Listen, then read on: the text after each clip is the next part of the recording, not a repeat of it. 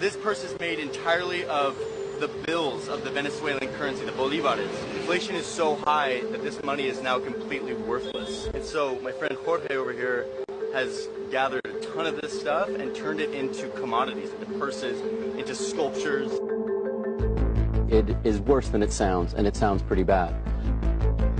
The country's inflation rate will rise to 1,000,000%. Esto lo que yo tengo aquí, el que estuviera esto en Venezuela tenía plata, era millonario. More than 1 million Venezuelans have moved into Colombia in recent years. And in an era of record-setting migration, when borders seem to be getting thicker, harder to cross, Colombia is doing something that you don't see very often. It's opening its doors and it's letting people in. The border crisis is shocking. It's a real humanitarian crisis. Shalom, shalom. HALALYAM la, YAHAWAH, BAHASHAM, BAHASHAM, QADASH. Double honors to the elders and apostles, the great most of teach you well. Peace and salutations be to all for elect. Brother tells I'm gonna barak the truth another lesson. Alright, this is gonna be going into this video where this guy in Venezuela has actually been making sculptures and statues and artwork out of the money there because the money is so worthless. You know, they're talking about the inflation. It's reached about 1,000,000%, man. When inflation reaches that high, you can't really buy anything. Your money has become paper. And that's what's happening to the American dollar. The dollar is collapsing to a point where $100 won't be able to buy you anything. You know? So, we can jump right into it with the scriptures in the book of Ecclesiastes, chapter 7 and 12. For wisdom is a defense, and money is a defense. Alright, so you have these two scenarios where you have two securities in the world. You got wisdom and then you got money. Okay? But the excellency of knowledge is that wisdom giveth life. The excellency of knowledge is that wisdom giveth life to them that have it. Alright, so that wisdom can actually protect you and save you in time of destruction.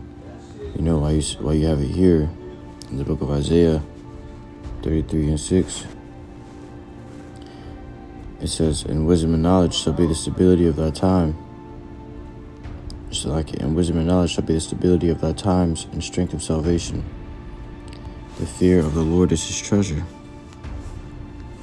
Alright, so there you have it.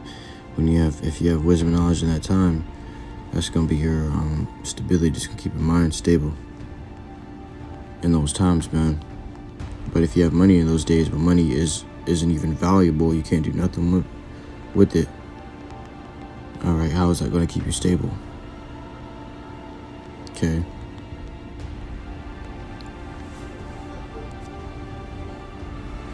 It says, wisdom and knowledge shall be the stability of thy times, and the strength of salvation. The fear of the Lord is his treasure.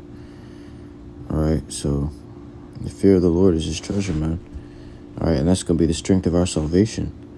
Money ain't going to be the strength of your salvation in those days. Wisdom and knowledge and understanding of the Lord, YAHAWASHI, will be. Why? It says, Proverbs 11 and 4, "Riches profit not in the day of wrath, but righteousness delivereth from death." Alright? So, riches ain't going to save you in the day of the Lord's wrath. When it's time to get your ass whooped by the Lord, YAHAWASHI. You know, riches ain't going to save you. Money can't buy you salvation. Matter of fact, when nukes coming down and you see chariots in the sky, you think waving a stack of a wad of cash going to get you beamed up into a chariot and saved from those nukes? No. You can't buy mercy from the Lord. You have to earn that. You know, the Lord decides to put his mercy on who he puts his mercy on. Like it says over here in Romans.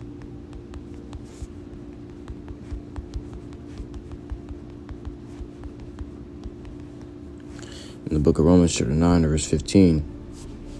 For he saith to Moses, "I will have mercy on whom I will have mercy, and I will have compassion on whom I will have compassion." So the Lord decides who he's going to have mercy and compassion on. You know, It's not so much something, that you can control, but the Lord decides who he wants to have mercy and compassion on. That means if you have this truth, that means you have a chance of getting mercy and compassion, to be beamed up into a chariot in the time of death and destruction, in the time of fire and death, Let me grab this.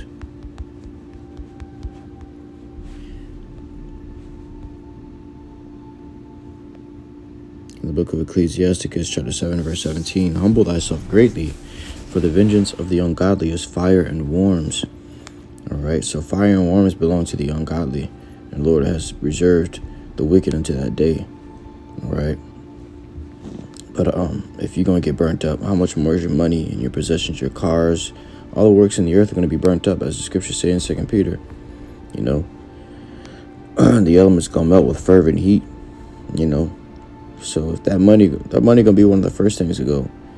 You ain't going to see money around in that day, the nukes dropping, because money going to be useless way before then.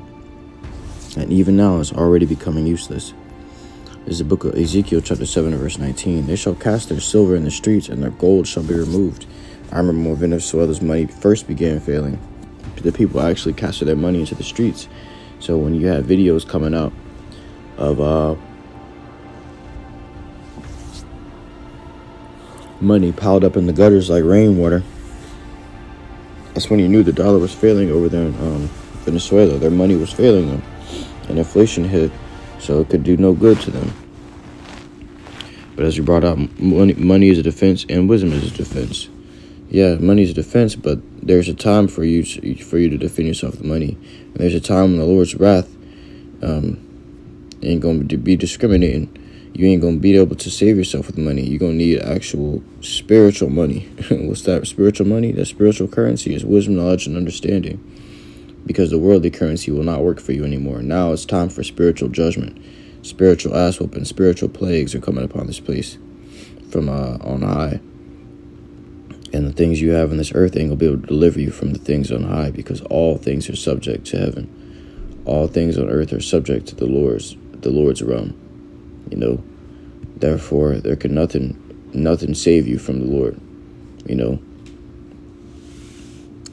It says, their silver and their gold shall not be able to deliver them in the day of the wrath of the Lord YAHAWASHI. They shall not satisfy their souls, neither fill their bowels, because it is the stumbling block of their iniquity.